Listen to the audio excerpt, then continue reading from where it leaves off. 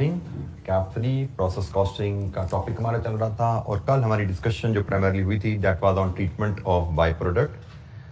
3 methods हमने by products की treatment के देखे थे। बाय प्रोडक्ट्स अगर किसी प्रोडक्शन प्रोसेस में मिले तो उनकी जो सेल वैल्यू है उसके साथ 3 पॉसिबल ट्रीटमेंट्स हो सकती हैं।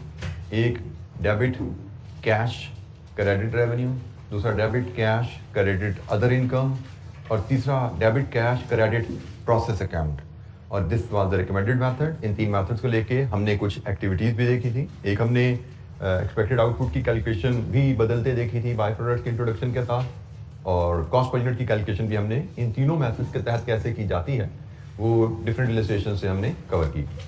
इलस्ट्रेशन 46 आपको होम असाइनमेंट में दी गई थी, तो इलस्ट्रेशन 46 में कोई चैलेंज, कोई इशू रहा हो आपको उसको परफॉर्म करने में? इलस्ट्रेशन 45 का रेप्लिका था, मैंने आपसे बोला था विद द एक्सेप्शन कि इसमें नॉर्मल लॉस की जगह अब नॉर्मल गेन आना था। जी बेटा, अब नॉर्मल गेन की वैल्यू 20 पर यूनिट या 20,000 थी नॉर्मल गेन की वैल्यू। जी जी बिल्कुल बेटा, अब नॉर्मल गेन डेबिट साइड पे आ गया ना। डेबिट और क्रेडिट साइड बराबर करनी है आपने, तो आपने देखना था डेबिट साइड का टोटल क्या है, क्रेडिट साइड पे जो 2 मेन प्रोडक्ट्स हैं उनके लिए कॉस्ट क्या बची ताकि साइडें बराबर हो सके। ठीक है, तो डेबिट साइड का टोटल लेना था माइनस आपने नॉर्मल लॉस यहाँ था नहीं। मैं अगर यहाँ पे सोल्यूशन इसका हम सामने ले आते हैं, अब आगे ही जाना है हमने।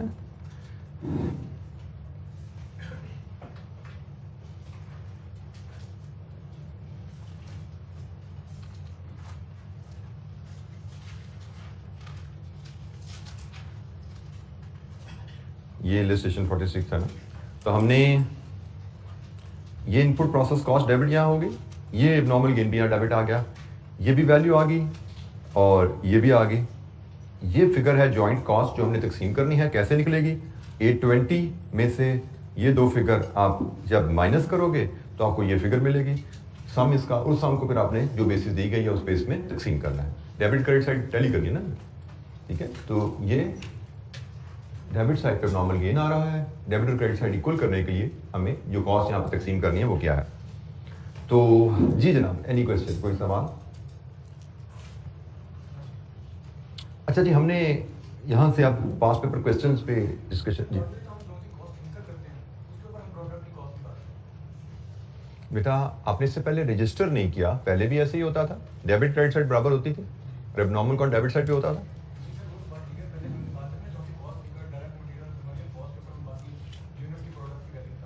लेकिन डेबिट क्रेडिट साइड बराबर हो जाती थी ना, तो तभी बराबर हो सकती है ना जब ये गेन की वैल्यू भी आपकी यहाँ पे शामिल हो, इसके अलावा बराबर हो सकती है।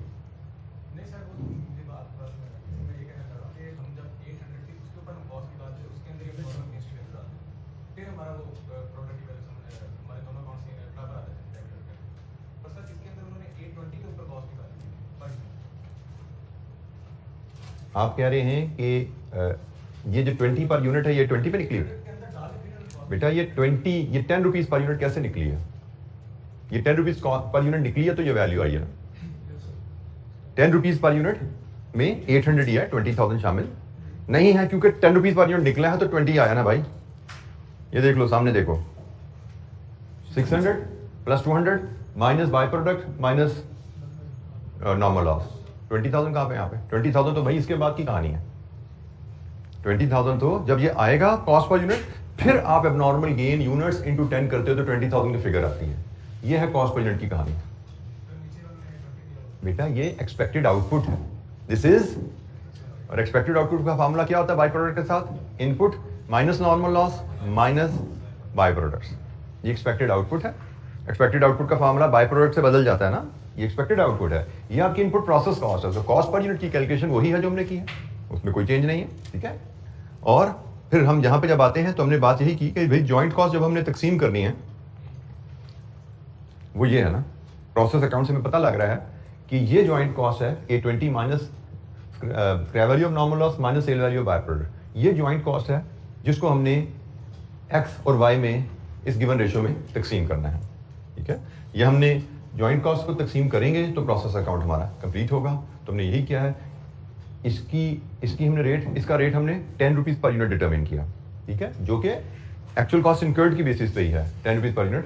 और उसके बाद ये कॉस्ट हमने बैलेंसिंग फिगर है लेके हमने इसको रिकंसाइल किया है जी। एनी क्वेश्चन, कोई सवाल? इन दोनों का सम ये 7,50,000 है, ये 7,50,000 है।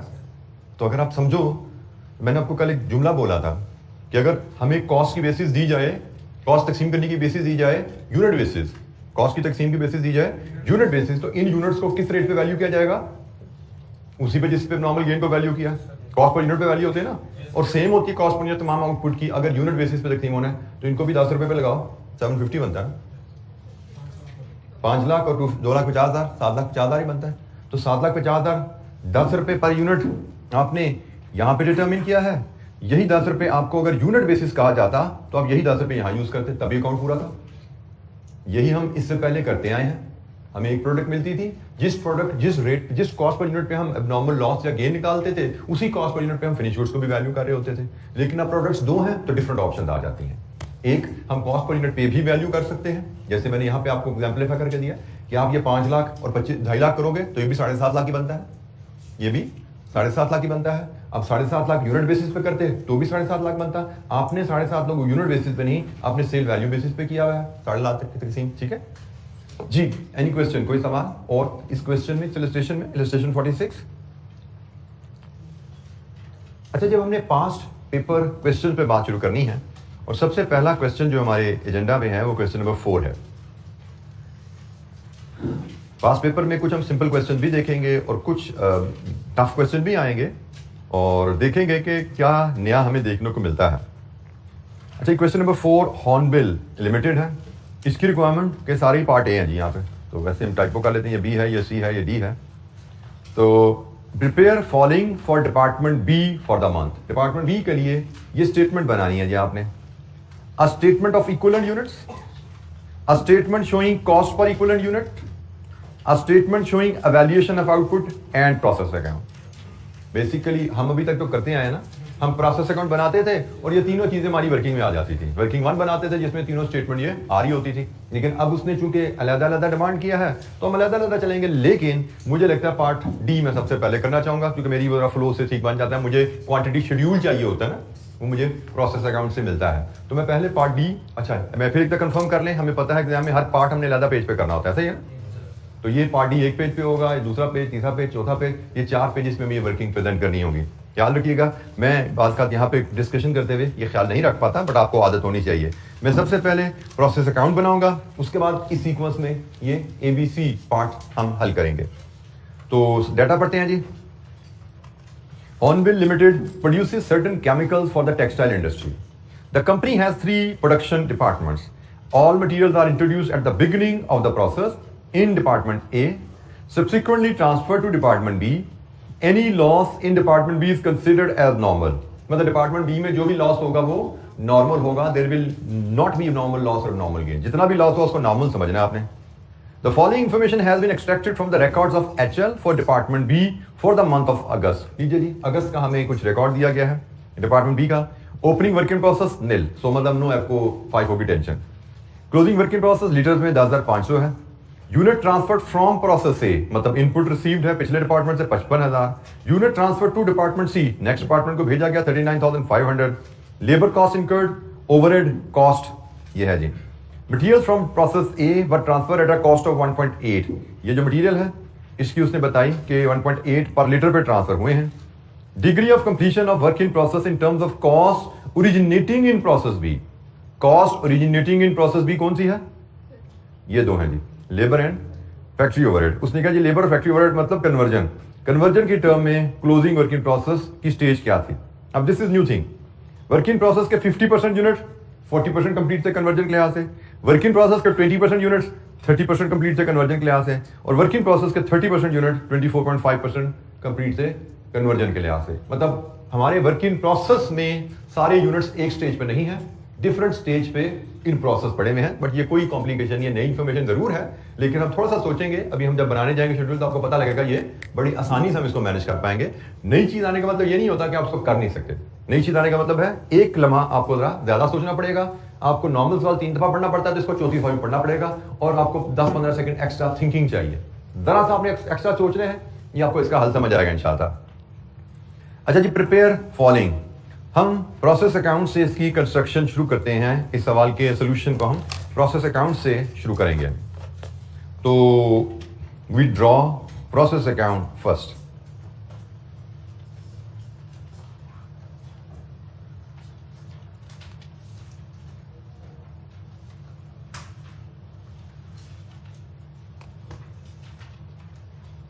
अच्छा जी, प्रोसेस हम क्वेश्चन नंबर 4 कर रहे हैं।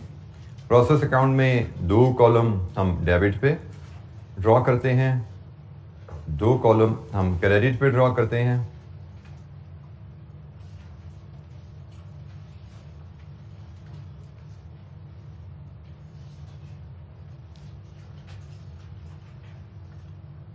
हमारा प्रोसेस बी का अकाउंट है।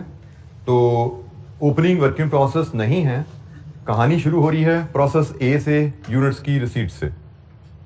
क्वांटिटी हमें बताई गई है 55,000 और रेट बताया गया 1.8। 1.8 इंटू 55 99,000। ये प्रोसेस ए से ट्रांसफर हुआ जी क्वांटिटी। इसके बाद जो कॉस्ट इनकर हुई है वो है लेबर, वो है जी 27,520 और ओवरहेड्स हैं, हम अज्यूम करेंगे ये एब्जॉर्ब रहे होंगे 15,480। अच्छा जी, ये हमारी इनपुट कॉस्ट भी आ गई, इनपुट क्वांटिटी भी आ गई। इसके बाद हम आउटपुट्स और लॉसेस को रिकॉर्ड करने जाते हैं। तो आउटपुट में इसने हमें प्रोसेस सी को जो यूनिट ट्रांसफर हुए वो क्वांटिटी बताई हुई है 39,500 और work in process carry down बताया हुआ है 10,500 और उसने कहा लॉसेस जितने भी हैं वो नॉर्मल समझे जाएंगे। तो लॉसेस कितने हैं? नॉर्मल लॉस, ये बैलेंसिंग फिगर है यहाँ पे और ये है 5,000। लीजिए जी, हमारी क्वांटिटी की साइड 55,000 पे क्लोज हुई। जैसा क्वेश्चन ने कहा हमने वैसे ट्रीट किया। इससे पहले क्या होता था, नॉर्मल लॉस की कैलकुलेशन बता देता था, अब नॉर्मल लॉस या गेन बैलेंसिंग फिगर होती थी। यहां पे उसने कहा नहीं भाई, नॉर्मल लॉस जितना भी लॉस है सारा नॉर्मल है, तो जितना भी लॉस है वो हमने बैलेंसिंग फिगर के तौर पे डिटरमिन किया, ट्रीट कर दिया। अच्छा जी, प्रोसेस अकाउंट हम पार्ट ए ये हम कर रहे हैं। अब हमने डेबिट साइड की कॉस्ट का टोटल बताइए क्या है?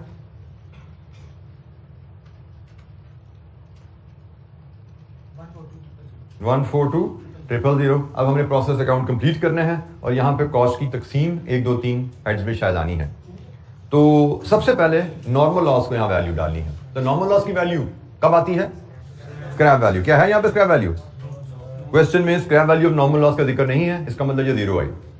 हमारे पास 2 आउटपुट हैं जिनकी हमने वैल्यू बनानी है। इसके लिए अब हम इक्विवेलेंट यूनिट्स की स्टेटमेंट, कॉस्ट पर यूनिट और वैल्यूएशन या वैल्यूएशन एक ही बात है। तो जनाब अब हम आगे चलेंगे पार्ट बी की तरफ।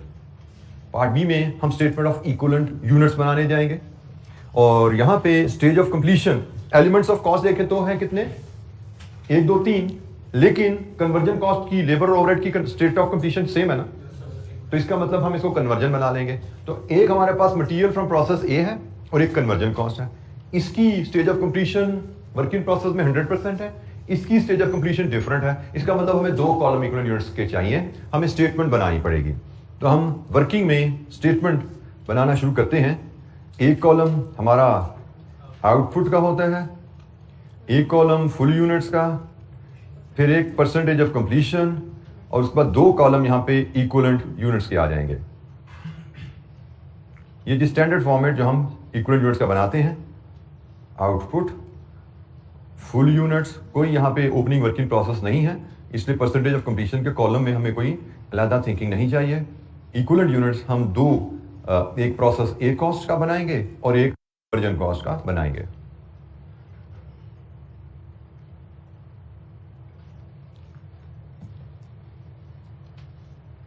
आउटपुट, हमें कौन सी आउटपुट्स हैं जिनकी कॉस्ट कैलकुलेट करनी है? वो ये 2 आ रही हैं जी, process C and work in process. Process C and closing work in process full units 39,500 and 10,500। Percentage of completion, process C को जो यूनिट्स गए वो हर ले आते हैं 100% कंप्लीट है। 39,500 का इनमें मटेरियल ए, प्रोसेस ए का मटेरियल लगा हुआ है और 39,500 का इनमें कन्वर्जन कॉस्ट लगी हुई है। लेकिन जब हम बात करते हैं क्लोजिंग वर्किंग प्रोसेस की, तो इसमें प्रोसेस ए का मटेरियल तो 100% है, लेकिन कन्वर्जन कॉस्ट की कहानी थोड़ी डिफरेंट है। कन्वर्जन कॉस्ट की कहानी थोड़ी डिफरेंट है। कन्वर्जन कॉस्ट के लिए उसने हमें बताया है कि 40% यूनिट्स पे 50% यूनिट्स 40% कंप्लीट है। अब इसको प्रेजेंट करने के डिफरेंट तरीके हो सकते हैं। एक तरीका तो यही है कि भाई इसके 50% यूनिट्स 40% कंप्लीट है, इसके 20% यूनिट्स और इसके 30% यूनिट्स 24 एक तरीका तो है कि हम इसके 3 हिस्से अलहदा से दिखाएं। यहां पे हम हिस्सा प्रेजेंट कर लेते हैं। मटेरियल के लिए सबको कटा कंसिडर कर लिया, कन्वर्जन के लिए 50%, 20% और 30% यूनिट्स बनाए। 5250 जी, 2100, 3150 और इनकी परसेंटेज ऑफ कंप्लीशन 40%, 30% एंड 24.5%। हमें उसने कहा कि सारे के सारे यूनिट्स की परसेंटेज सेम नहीं है, इनके 3 कैटेगरीज हैं। उन 3 कैटेगरीज के लिए मैंने एक सब ब्लॉक बना के इसके 3 हिस्से करके उनकी स्टेज ऑफ कंप्लीशन लिखी। तो अब हम अगर इनके इक्वल यूनिट बनाऊं, मटेरियल में तो 10,500 पूरा आ गया, कन्वर्जन में इज इनटू 40, 2100, 620, 630, 772। अब यहां से जो मैं चीज नोट कर सकता हूं कि मेरे पास वर्क इन प्रोसेस में कन्वर्जन के इक्विवेलेंट यूनिट्स कितने हैं? 3502। लीजिए जी, इधर मैं अब सम कर लेता हूं इक्विवेलेंट यूनिट्स का। मटेरियल 50,000 और कन्वर्जन दिस प्लस दिस 43,002। लीजिए जी, ये इक्विवेलेंट यूनिट्स की कैलकुलेशन को देखिए और जरा ऑब्जर्व कीजिए कि इसमें हमारे लिए कोई चैलेंज था, अगर था तो कितना बड़ा था इसको डील करना। ये एक नई चीज आई थी कि सारे के सारे वर्किंग प्रोसेस यूनिट पे 1% की कंप्लीशन अप्लाई नहीं होनी। वर्किंग प्रोसेस किसने कहा जी? 3 टुकड़े का है, 3 डिफरेंट स्टेजेस पे। मटेरियल तो सब में प्रोसेस ए से आया ना, वो तो सब में डला हुआ है, लेकिन conversion cost working process 3 stages पे पड़ा हुआ है। कुछ यूनिट्स यहां पड़े हुए हैं, कुछ यूनिट्स यहां पड़े हुए हैं और कुछ यूनिट्स यहां पड़े हुए हैं। तो अकॉर्डिंगली हमने कन्वर्जन के लिए वर्किंग प्रोसेस के 3 हिस्से किए और हर हिस्से पे उसका रेलेवेंट कन्वर्जन अप्लाई करके ये उसके कन्वर्जन यूनिट्स निकाले हैं हमने। 10,500 यूनिट्स जो इन प्रोसेस हैं उन पे 3502 यूनिट्स की कन्वर्जन कॉस्ट लगाई है। ये हमारी कहानी है इस इक्विवेलेंट यूनिट स्टेटमेंट की।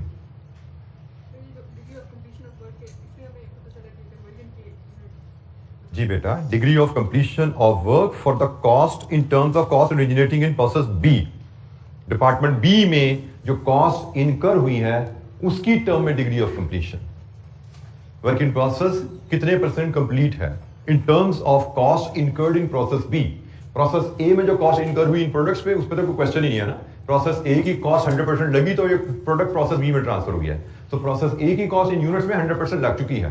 प्रोसेस बी की कॉस्ट जो कन्वर्जन कॉस्ट है उसकी डिग्री ऑफ कंप्लीशन उसने हमें दी हुई है, कितने % काम हुआ है, प्रोडक्ट कितने % कंप्लीट है कन्वर्जन के लिहाज से, उस हिसाब से हमने इक्विवेलेंट यूनिट्स बनाए। जी, एनी क्वेश्चन? ये काम हो गया तो इसके बाद चीज आसान है। अच्छा, मैं जरा इसको थोड़ा सा, मैं एक ज़हन में चूंकि बात आई थी तो मैं इसको एग्जाम लिहाज से ये पेपर पेज 2 हो गया हमारा, ठीक है। अब हम पेज 3 पे जाएंगे तो वहां पे कैसे प्रेजेंट करेंगे। वैसे तो हम चल रहे होते तो यहीं पे हम लिख देते थे, लेकिन अब नेक्स्ट पेज पे जाना है तो कॉस्ट पर यूनिट की कैलकुलेशन थोड़ी फर्क रहेगी। हम कॉस्ट पर यूनिट कैलकुलेट करेंगे। यहाँ पे प्रोसेस ए, नए पेज पे जा रहे हैं तो प्रोसेस ए की इनपुट कॉस्ट 99,000 और प्रोसेस ए की इक्विवेलेंट यूनिट्स 50,000, 1.98। इसी तरह कन्वर्जन की कॉस्ट 27,520 प्लस 15,480 डिवाइडेड विद ये इक्विवेलेंट यूनिट्स आ गए जी 43,002 रुपी 1। ये जी कन्वर्जन कॉस्ट आ गई। अब ये पार्ट हमारा सी नहीं बी, शायद हमने डी किया था, ए किया, ये बी हो गया हमारा। डी पहले था, फिर ए आया, फिर बी आया, अब सी हमें करना है वैल्यूएशन, स्टेटमेंट ऑफ वैल्यूएशन, ठीक है। तो ये मैं एग्जाम में हमें कैसे प्रेजेंट करना है उस लिहाज से थोड़ा सा हमने इसको फॉर्मेट को मॉडिफाई किया। एग्जाम में हमें चूंकि अलहदा पेज पे दिखाना है तो अलहदा पेज पे हम इसको इस तरह दिखाएंगे। हम यहाँ पे ये मेंशन भी कर सकते हैं, ये इक्विवेलेंट यूनिट्स हमने पार्ट बी से उठाए हैं, ये पार्ट ए से, सॉरी पार्ट ए से हमने उठाए हैं। ये वर्किंग का जैसा रेफरेंस दिया जाता है ना, तो यहाँ पे आप ये रेफरेंस दे देंगे, पार्ट ए से ये इक्विवेलेंट यूनिट्स आए हैं, इक्विवेलेंट यूनिट्स पार्ट ए से आए हैं। आप इस तरह वर्किंग का रेफरेंस इस अंदाज में यहाँ पर दे सकते हैं, देना चाहिए, मुझे लगता है ख्याल करना चाहिए, एग्जामिनर को पता लगता है आपने कहाँ से वैल्यू उठाई है। इसके बाद पार्ट सी वैल्यूएशन, जिसको स्टेटमेंट ऑफ वैल्यूएशन कहा जा रहा है।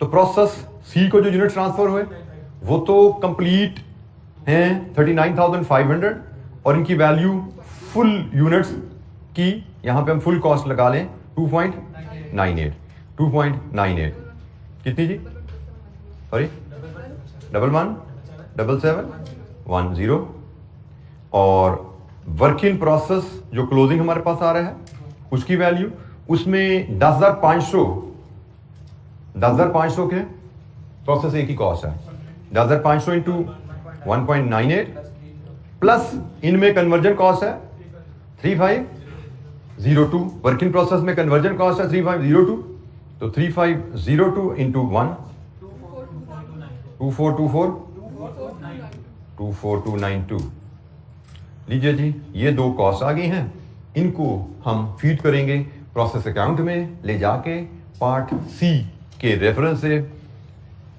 हम यहाँ पे लिखेंगे जी, ये पार्ट सी से वैल्यू आई, ये भी पार्ट सी से वैल्यू आई, तो प्रोसेस सी की वैल्यू क्या है 117710 और क्लोजिंग वर्किंग प्रोसेस 24292 टोटल 002 और ये राउंडिंग ऑफ डिफरेंस है तो हम यहाँ पे मार्क कर देंगे। राउंडिंग ऑफ डिफरेंस आया क्योंकि हमने कॉस्ट यहाँ पे 1 आई है उसको स्लाइटली राउंड ऑफ किया हुआ है हमने, तो हमने स्लाइट राउंडिंग ऑफ है, जहाँ पे हमने कॉस्ट पर यूनिट कन्वर्जन की 1 रुपी निकाली है, there is slight rounding off, तो उसकी वजह से 2 रुपए का ये फर्क आ रहा है, दैट्स इट। ये हमारा जी प्रोसेस अकाउंट कंप्लीट। अब इस क्वेश्चन में स्लाइट सी जो चेंज थी that was only conversion cost के इक्विवेलेंट यूनिट्स, बाकी सारा सवाल स्टैंडर्ड तरीके से हमने किया। अब यहाँ पे एक मैं वर्स्ट केस सिनेरियो कहता हूँ, लेट्स अज्यूम आपको वो डिफरेंट परसेंटेजेस को डील करना नहीं आ रहा, आपको डिफरेंट परसेंटेजेस को डील करना नहीं आ रहा, तो इसका मतलब ये नहीं कि आप सवाल यहीं पे छोड़ के खाली चले जाओ आगे। मतलब अगर आप एक ऑर्डिनरी स्टूडेंट हो, आप शुरू यहां से करोगे, अगर आप, सॉरी मैं उल्टा ले गया, ये डी था ये ए है। अगर आप एक ऑर्डिनरी स्टूडेंट होगे, आप यहीं से शुरू करोगे, यहां से शुरू करोगे, ये नई चीज आएगी, यहां फंसोगे, फिर एक ऑर्डिनरी स्टूडेंट सवाल को यहीं पे छोड़ देगा, भाई ये मुझसे नहीं हैंडल हो रहा तो मैं कुछ नहीं कर सकता इसमें। लेकिन अगर आपको जैसे मैंने कुछ सिखाया है उसको आपने अब्जॉर्ब किया हुआ है, तो आप इस अंदाज में सवाल शुरू करोगे। पहले ये यहाँ पे वैल्यूज डाल दी, नंबर स्कोरिंग शुरू हो गई है, पार्ट डी है, वैल्यूज इंसर्ट होनी शुरू हुई, नंबर स्कोरिंग आधा नंबर 1 नंबर मिलना शुरू हो गया। इक्वल यूनिट स्टेटमेंट में यहाँ फीड किया, यहाँ पे आए फंस गए, लेट्स अज्यूम फंस गए जी। आपको समझ नहीं आ रही डिफरेंट परसेंटेजेस का क्या करना है मैंने, तो भाई डिफरेंट परसेंटेजेस नहीं समझ आ रही, सिंगल परसेंटेज तो डील करनी आती है ना, आप for the time being assume करो भाई वो नहीं मुझे आ रही, सिंगल परसेंटेज आती है, मैं उसके साथ सवाल कर देता हूँ। मैं अज्यूम करता सारा वर्किंग प्रोसेस 40% है, आपने यहाँ पे 40% लिया, इक्वल यूनिट निकाल दिए, इक्वल यूनिट स्टेटमेंट गलत होगी, 3 नंबर किया, 4 नंबर किया, 2 नंबर किया, जितने नंबर किया सिर्फ स्टेटमेंट गलत हुई है।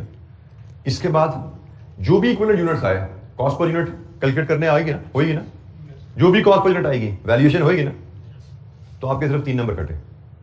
अगर 12 नंबर का सवाल है, मैं फिर बोल रहा हूं, ऑर्डिनरी स्टूडेंट हो तो शायद आप 0 नंबर लेके जा रहे हो, लेकिन जिस तरह आपको मैंने बताया है, जिस तरह सिखाया है, उस तरह सवाल करोगे तो 9 नंबर लेके जा रहे हो, 8 नंबर लेके जा रहे हो आगे।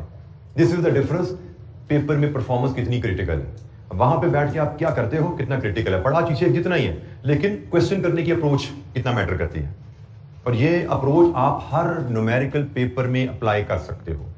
किसी जगह फंस, अकाउंटिंग है आपकी, फाइनेंशियल अकाउंटिंग रिपोर्टिंग है, कहीं फंस रहे हो, अजम्पशन लो, क्वेश्चन को कंप्लीट करो, क्वेश्चन को कंप्लीट करते हो, हर स्टेप पे एक कॉन्सेप्ट अप्लाई हो रहा है, उस कॉन्सेप्ट के नंबर मिल रहे हैं आपको। कॉन्सेप्ट में वैल्यू अगर पीछे किसी गलती की वजह से गलत भी होगी है तो कोई फर्क नहीं पड़ता, पीछे नंबर कट गए गलती पे, आगे कॉन्सेप्ट के नंबर मिलते जाएंगे। वैल्यू गलत क्यों है? पिछले पार्ट की वजह से। तो पिछले पार्ट में एक जगह एक गलती का नंबर एक जगह कटते हैं, हर स्टेप में उस गलती के नंबर नहीं कटेंगे, क्योंकि अगले पार्ट में गलती क्यों हो रही है, क्योंकि पिछले पार्ट में 2 नंबर आपने यूज कर दिए।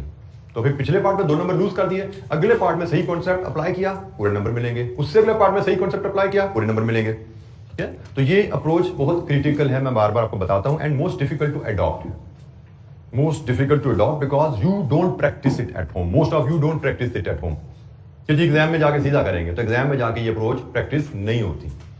घर में आप सोल्यूशन देख देख के सवाल करते रहते हो, एग्जाम में जब सवाल नहीं आता तो आपके पास सोल्यूशन भी नहीं होता, आपसे आगे नहीं चला जाता। इसलिए मैं आपको शुरू से समझाता आ रहा हूं, घर पे जब भी पास पेपर प्रैक्टिस करोगे क्वेश्चन की, किसी भी टॉपिक की, हमेशा सवाल को कंप्लीट करना सीखो। सही होता है नहीं होता बात की बात है, पहले बेस्ट एफर्ट के मुताबिक कंप्लीट करो, जितना आता है वो सही कर दो, जितना नहीं आ रहा उसको रिज्यूम करके कंप्लीट कर दो, फिर जाके देखो जी मुझे कहां पे गलती हुई, मैं कहां फंसा था, मुझे कहां जम्पशन लेनी पड़ी, ताकि आइंदा इस तरह की ट्रीटमेंट आए तो वो गलती आपसे ना हो, ठीक हो जाए।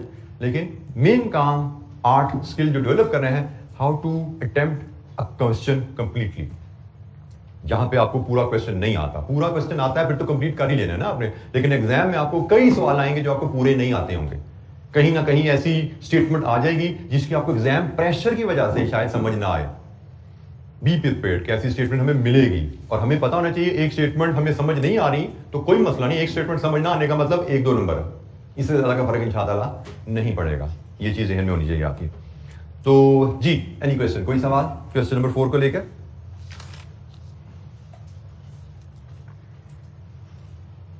लीजिए जी, क्वेश्चन नंबर 4 हमारा इधर कंप्लीट है। नेक्स्ट क्वेश्चन हमारे एजेंडे पे है वो है जी क्वेश्चन नंबर 5। अब क्वेश्चन नंबर 5 को हम देखते हैं तो इसमें हमसे क्या रिक्वायर किया गया है। पार्ट ए, हमेशा सवाल को रिक्वायरमेंट से पढ़ते हैं। Part A, prepare work in process account for the month of December. Work in process account, process account एक ही बात है, 8 नंबर का वर्क इन प्रोसेस अकाउंट है। Prepare accounting entries to record over and applied overheads and production gains. अब यहां पे accounting entries आ गई हैं, इसमें ओवर एंड अप्लाइड का छोटा सा कॉन्सेप्ट उसने 1-2 नंबर की एक एंट्री ये डाल दी है, और बाकी लॉसेस की उसने एंट्रीज मांगी है। अभी तक हमने क्या किया था, हमसे वो अकाउंट्स बनवाता था, लॉसेस या गेन हम के अकाउंट बनाओ। अब उसने हमसे अकाउंट नहीं मांगे, उसने कहा उनसे रिलेटेड जितनी एंट्रीज बनती है ना वो बताओ। लॉसेस और गेन से रिलेटेड जो अकाउंट्स हमारे बनते थे ना, एक स्क्रैप अकाउंट बनता था नॉर्मल लॉस की सेल वैल्यू के हिसाब से, और एक एबनॉर्मल लॉस या एबनॉर्मल गेन अकाउंट बनता था।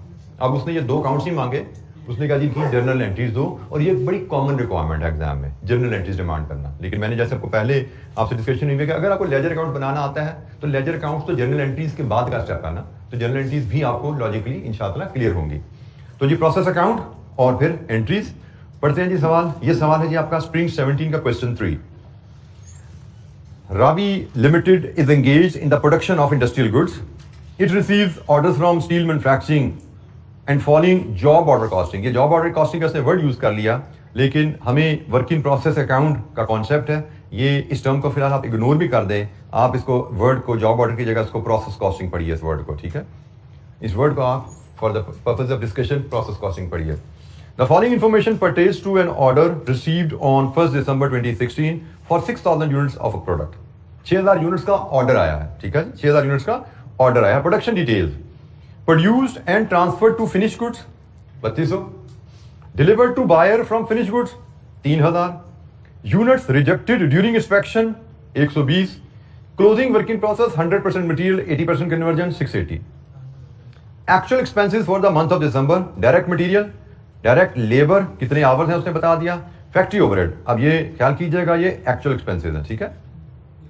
आगे चलते हैं, additional information, factory overheads are applied, ये एक्चुअल थे, ये अप्लाइड की कहानी आ गई है ना, एक्चुअल अप्लाइड दोनों मिलेंगे। आपको पता होना चाहिए वर्किंग प्रोसेस में क्या जाता है, 120 पर आवर।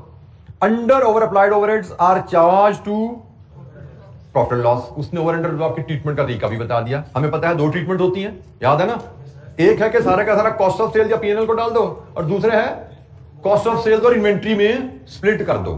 तो उसने कहा जी सारे का सारा पीएनएल को चार्ज करना है, पॉलिसी उसने बता दी। लेकिन मैं ये बात बता दूं, अगर कंपनी पॉलिसी ना भी बताए तो हमारी अजम्पशन यही रहेगी, हम यही ट्रीटमेंट को अडॉप्ट करेंगे। अगर क्वेश्चन 2 में से किसी मेथड के बारे में साइलेंट है, हम इस मेथड को ही अप्लाई करेंगे। कोई एक मेथड चूज करना है तो ये मेथड हमें आसान रहता है, ओवर अंडर प्राइड के 2 टुकड़े नहीं करने पड़ते, वर्किंग थोड़ी बच जाती है ना। तो क्वेश्चन साइलेंट है तो ये मेथड चलेगा, और अदरवाइज क्वेश्चन इंस्ट्रक्शन दे देगा इस मेथड को फॉलो करो, उसको फॉलो करेंगे। तो यहां पे उसने इंस्ट्रक्शन भी वही दिया जो हम चाहते हैं। Units completed and are inspected and transfer to finish goods, normal rejection is estimated at 10% of the units transfer to finish goods. अब ये जरा देखिए, रिजेक्शन नॉर्मल लॉस, हमने normal loss as a unit of input भी पढ़ा, as a percentage of inspected units भी पढ़ा, लेकिन यहां पे क्या है, as a percentage of unit transfer to finish goods. ठीक हो गया, तो जो भी आएगा डील कर लेंगे, कोई मसला नहीं। नई चीज है तो क्या मतलब, इम्पॉसिबल तो नहीं है, सब कुछ यहाँ पे है। Transfer to finish goods unit हमें गिवन नहीं है क्या, ये गिवन है जी, ट्रांसफर टू फिनिश गुड्स ये गिवन है, इसका 10% नॉर्मल लॉस है। The rejected units are sold as scrap, scrap value भी आ गई। आरएल यूजेस एवको, इसकी जरूरत है हमें, इस पॉलिसी की जरूरत है हमें, ओपनिंग वर्किंग प्रोसेस ही नहीं, तो हमें उसे क्या पड़ता है, एवको फाइफो। एवको फाइफो की जरूरत तब पड़ती है जब ओपनिंग वर्किंग प्रोसेस हो। ये तो ऐसे ही उसने एक्स्ट्रा इन्फॉर्मेशन दी है। कोई अगर लाइक बच्चा जिसको नहीं पता तो सोचता रहेगा इसका मैंने करना क्या है, कैसे अप्लाई करना है, इसको बैठे रहेंगे, बैठ के सोचते रहेंगे। तो बहरहाल जी, हमें पहला पार्ट है प्रोसेस अकाउंट बनाना।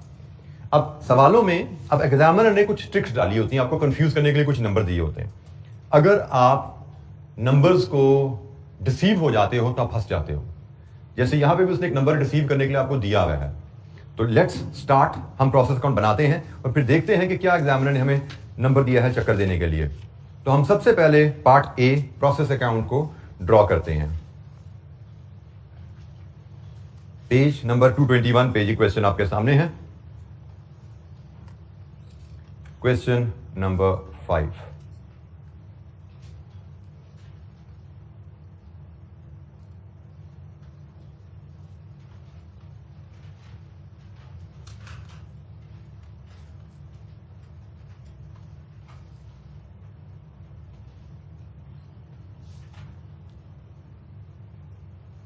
इसने इसको वर्क इन प्रोसेस अकाउंट कहा है, तो मैं भी इसको वर्क इन प्रोसेस लिख देता हूं। प्रोसेस अकाउंट की जगह इसको मैं वर्क इन प्रोसेस अकाउंट लिखता हूं। ये पार्ट ए है हमारा। अच्छा जी, सबसे पहले डेबिट साइड पे input cost, direct material 11,40,000, direct labour 948,000 and factory overheads applied 6320 hours at the rate of 120। ठीक है, अगर आपने बगेन में बार बार शुरू से कहता रहा और फिर आपने गलती यहां पे कर दी, एक्चुअल ओवरहेड्स बोल रहे हो, यही गलती एग्जाम में आपसे हो जाती है अगर आप डिफरेंशिएट नहीं करके चल रहे। तो कितने हैं जी, 7400। ये जी ओवरहेड अप्लाइड आ गए हमारे पास। डेबिट साइड पे इनपुट कॉस्ट आ गई, डेबिट साइड पे इनपुट यूनिट्स, तो कितने हैं जी डेबिट साइड के input units. This is a figure which it has given to confuse you. उसने कहा 6000 का ऑर्डर आया है, क्या उसने ये कहा कि हमने 6000 की प्रोडक्शन स्टार्ट कर दी? ऐसी कोई बात उसने नहीं की। उसने कहा 6000 का ऑर्डर आया है, प्रोडक्शन की डिटेल नीचे है। तो प्रोडक्शन की डिटेल अगर आप पढ़ते हो तो आपको बताया गया है फिनिश गुड्स को गए हैं 3200। आपको बताया गया है नॉर्मल लॉस आपका है 10% ऑफ 3200 320। आपको बताया गया है कि आपके क्लोजिंग वर्क इन प्रोसेस में है 680 यूनिट्स, और आपको बताया गया है कि आपका एक्चुअल लॉस कितना है, एक्चुअल लॉस कितना है 120। इसका मतलब देयर इज एबनॉर्मल गेन। आपका एबनॉर्मल गेन है 320 माइनस 120 200 का। अब जरा देखिए, ये साइड में सारी एंट्री क्वांटिटीज की पूरी होगी, ये साइड में सिर्फ एक चीज मिसिंग है, इनपुट यूनिट्स मिसिंग है, और ये बैलेंसिंग क्वांटिटी आपकी निकलेगी 4000, और ये आपकी क्वांटिटीज 4200 पे कंप्लीट हुई। अब अगर आपने यहां पे 6000 लिख दिया होता तो आपका 15 मिनट याद आया होने थे काउंटर से टैली करने में। आपने सोचना भी नहीं था कि 6000 की फिगर मैंने गलत लिख दी है, आपने कहना था जी मैंने कोई यहां पे चीज मिस की हुई है, आपने उसको ढूंढते रहना था और 15 मिनट यहां पे आपने जाया करने थे, ये सवाल आपका जीरो हो जाना था। इसीलिए किसी जगह हम अपने दिमाग को स्टक नहीं करते, हम सोचते रहते हैं, चीजों को बार बार पढ़ते हैं। अगर आप फंसे हो, आप पढ़ोगे एक दो दफा तो आपको क्लिक हो जाएगा, भाई ये तो ऑर्डर है, ये प्रोडक्शन नहीं शुरू हुई, प्रोडक्शन की डिटेल तो ये है। और मैंने आपको कहा हुआ है कि प्रोडक्शन डिटेल में अक्सर ऐसा हुआ करेगा कि एक चीज मिसिंग हुआ करेगी, कभी क्लोजिंग वर्क की प्रोसेस मिसिंग होगा, कभी कोई लॉस फिगर मिसिंग होगी, कभी फिनिश गुड्स की फिगर मिसिंग होगी, कभी इनपुट की फिगर मिसिंग होगी। तो यहां पे उसने सारी फिगर हमें दे दी हैं, ये फिगर उसने नहीं दी थी, बाकी सारी फिगर हमने वर्कआउट कर ली, ये हमारी बैलेंसिंग फिगर आ गई, ये जी हमारी क्वांटिटीज की साइड अब टैली होगी। तो ये मेरे को लगता है कि शायद बस यही एक कैच था इस सवाल में, जिसकी वजह से जो बच्चे जो फंसे होंगे इस सवाल को नहीं कर पाए होंगे, वो ये एक कैच था। बाकी सवाल में कुछ नहीं है। अब इसमें कोई आपको इशू नजर आ रहा है, नॉर्मल लॉस की सेल वैल्यू डालनी है, कॉस्ट पर यूनिट कैलकुलेट करके एबनॉर्मल गेन की वैल्यूज करनी है, क्लोजिंग वर्क इन प्रोसेस की वैल्यू करनी है, फिनिश गुड्स की वैल्यूएशन करनी है। ठीक हो गया जी, ये हम वैल्यूज जी बेटा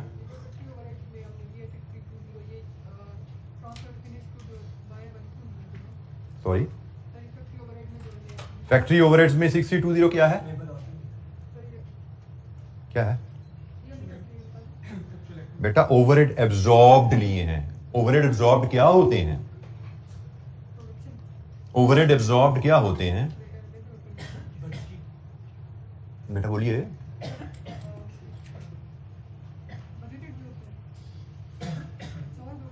किस दुनिया में रहते हो आप? कल मैंने दोबारा क्लियर करवाया था आपको बजटेड एक्चुअल एब्जॉर्ब का डिफरेंस। कल की बात है, ज्यादा पुरानी तो नहीं है। कल हमने डिस्कस की थी असेसमेंट। क्वेश्चन 3 हमने क्वेश्चन 1 था शायद। क्वेश्चन 1 था एब्जॉर्प्शन कॉस्टिंग का पीएनएल बनाना। जी मैं यही पूछ रहा हूं कि एब्जॉर्ब ओवरहेड क्या होते हैं? Overhead absorption rate into actual activity. और यहां पे आपका ओवरहेड एब्जॉर्प्शन रेट क्या है जी? Activity 120 per our. तो फिर ओवरहेड एब्जॉर्ब कहां से आएंगे? Actual hours into OR. OR 120 है, पर आवर एक्चुअल आवर्स चाहिए, उसको 120 से मल्टीप्लाई करने हैं। 6320 आपके लेबर आवर्स हैं। लेबर कॉस्ट का डाटा नजर आ रहा है बेटा? छोटा सा टेबल सवाल में, उसमें लेबर कॉस्ट के आगे आवर्स लिखे नजर आ रहे हैं। कमाल हो बेटा, आप क्या पढ़े सवाल? मैंने कितनी बार कहा सवाल को पढ़ना बड़ा क्रिटिकल है। आप सवाल अगर नहीं पढ़ेंगे you will not capture the relevant data, the right information. जब सवाल पढ़ा जाता है आपके साथ क्लास में, उसको थॉरली साथ साथ पढ़ा कीजिए। घर पे मैंने आपको कहा है 3 दफा पढ़ने का आपका टाइम होगा। क्लास में हम 3 दफा नहीं पढ़ सकते, 1 दफा मेरे साथ ही पढ़ेंगे तो समझ आ जाएगी। लेकिन मैं पढ़ा रहा हूँ आगे और आप पीछे कोई वर्किंग कर रहे होंगे तो कोई फायदा नहीं। मैं डिस्कशन कर रहा हूँ तो फिर आप सवाल पढ़ रहे होंगे तो कुछ नहीं सीख पाएंगे। जब सवाल पढ़ा जा रहा है तो सब कुछ छोड़ के सवाल पढ़ने पे तवज्जो दीजिए। सवाल अगर नहीं पढ़ा आपने तो आपको कोई फायदा नहीं डिस्कशन का, सोल्यूशन की। जी जनाब, एनी क्वेश्चन? कोई सवाल?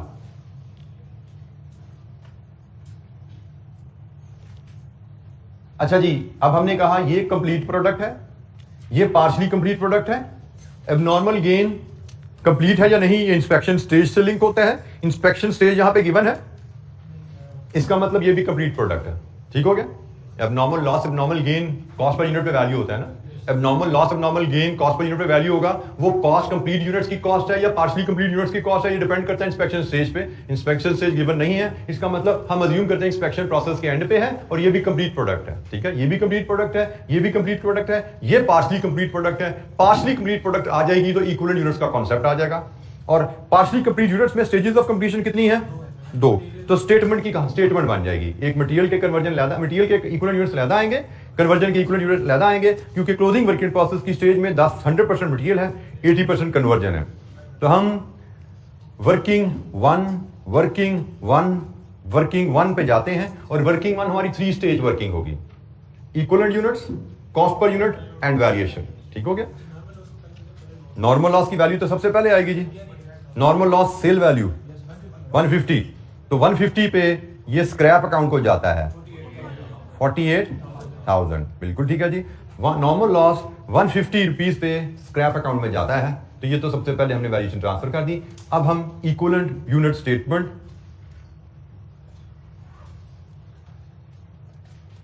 इक्विवेलेंट यूनिट स्टेटमेंट का हमारा स्टैंडर्ड फॉर्मेट, एक कॉलम आउटपुट, एक column full units, then percentage of completion और इक्विवेलेंट यूनिट्स के 2 कॉलम।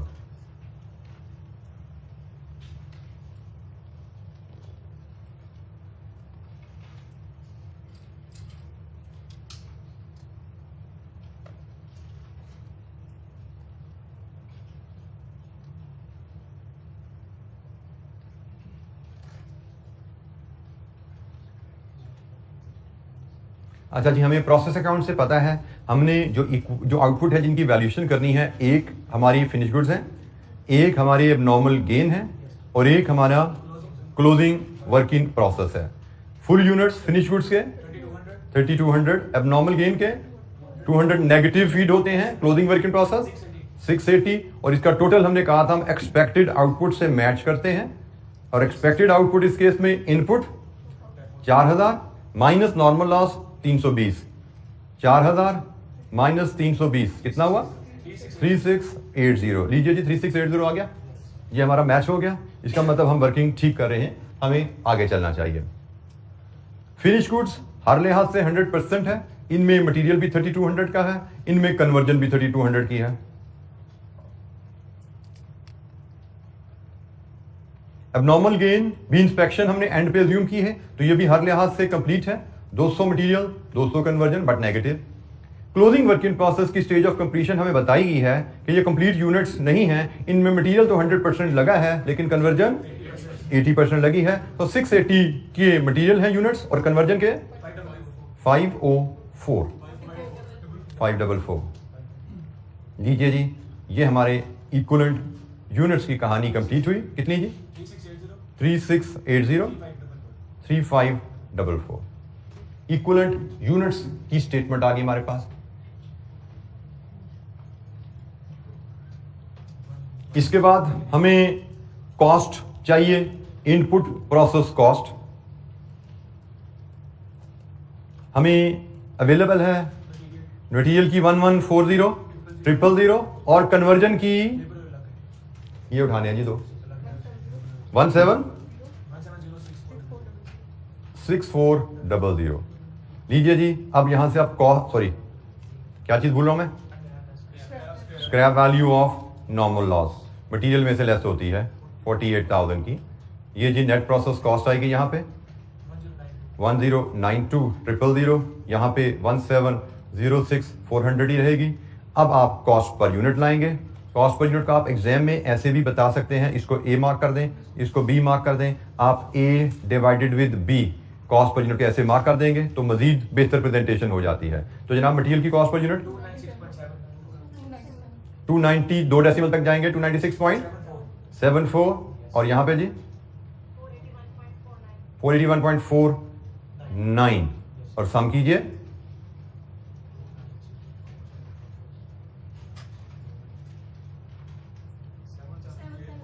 778.23। कॉस्ट पर यूनिट हम 2 डेसिमल तक लेते हैं। ये जनरल हमारी प्रैक्टिस है, गाइडलाइन है। ये बेटा प्रोसेस अकाउंट से आपने उठाया है, ये आपकी प्रोसेस अकाउंट में ये कन्वर्जन कॉस्ट है। प्रोसेस अकाउंट में जो कॉस्ट आपने चार्ज की है उसके हिसाब से कॉस्ट पर यूनिट की कैलकुलेशन है आपकी। जी क्लियर है जी? इसी बच्चे के जहन में कोई सवाल?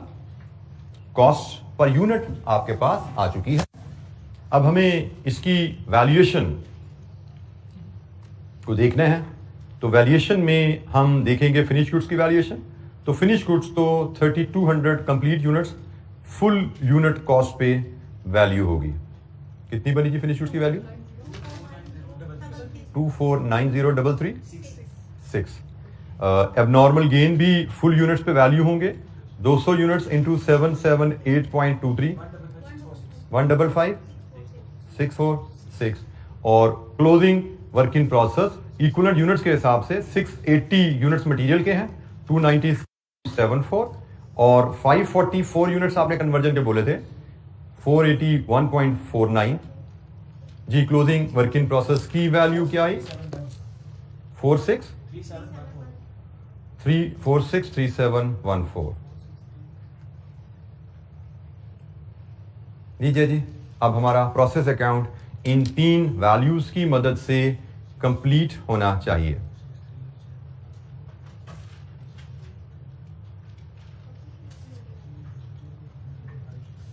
जी किसी स्टूडेंट को किसी वैल्यू की कैलकुलेशन पे कोई दिक्कत?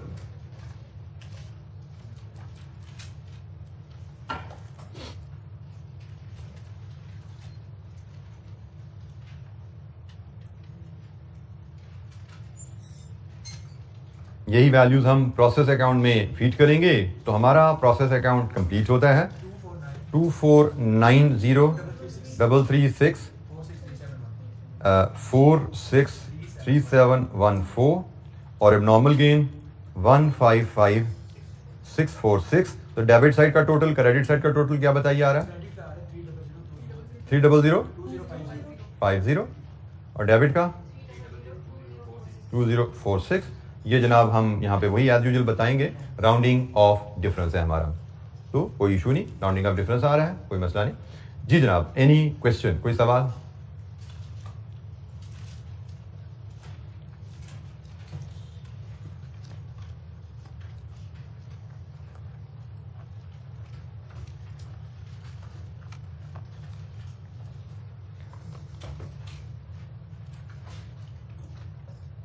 अच्छा, इसका पार्ट बी तो हम कल डिस्कस करेंगे।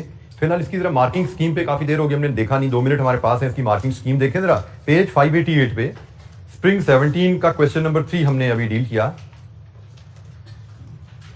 मार्किंग स्कीम थोड़ी सी मुझे इतनी फेयर लग नहीं रही, कोई कंप्रीहेंसिव इतनी नहीं है, लेकिन फिर भी आप देख रहे हैं कि preparation of quantity scheduled and equivalent production units.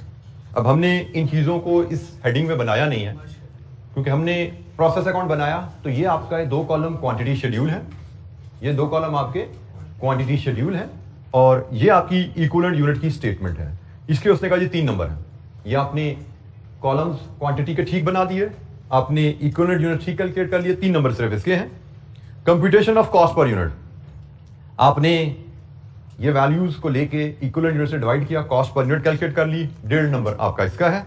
और preparation of work in process 3.5 number है। अब preparation of work in process से मुराद मैं तो यही समझूंगा 1, 2 और 3 ये वैल्यूज जो हैं इनकी वैल्यूएशन के 3.5 नंबर हैं, उसी से प्रोसेस अकाउंट हमारा कंप्लीट हो रहा है, तो मैं इसको वैल्यूएशन के 3.5 नंबर समझूंगा। ठीक हो गया? तो ये उसने मार्क्स हमारे इस तरह डिवाइड किए हुए हैं, जो कि थोड़ी सी मैं मुझे इतनी को फेयर नहीं लग रही, मुनासिब नहीं। ये वैल्यूएशन वाइज 1 नंबर 1.5 नंबर इस तरह होना चाहिए, ताकि इसकी वैल्यू कितने है, इसकी वैल्यू कितने, इसकी वैल्यू कितने, ये ऐसे डिवीजन होनी चाहिए थी, इंस्टेड के प्रिपरेशन ऑफ प्रोसेस अकाउंट कहा जाता है यहाँ पे। लेकिन बहरहाल ये एक फॉर आइडिया है, आगे चलते चलते ये मजीद इंप्रूव होती जा रही है। पार्ट बी में उसने 1.5 नंबर उसने ओवर अंडर अप्लाइड के एंट्री कर रखे हुए हैं, और अब नॉर्मल गेन और नॉर्मल लॉस से रिलेटेड एंट्रीज के 3.5 नंबर हैं।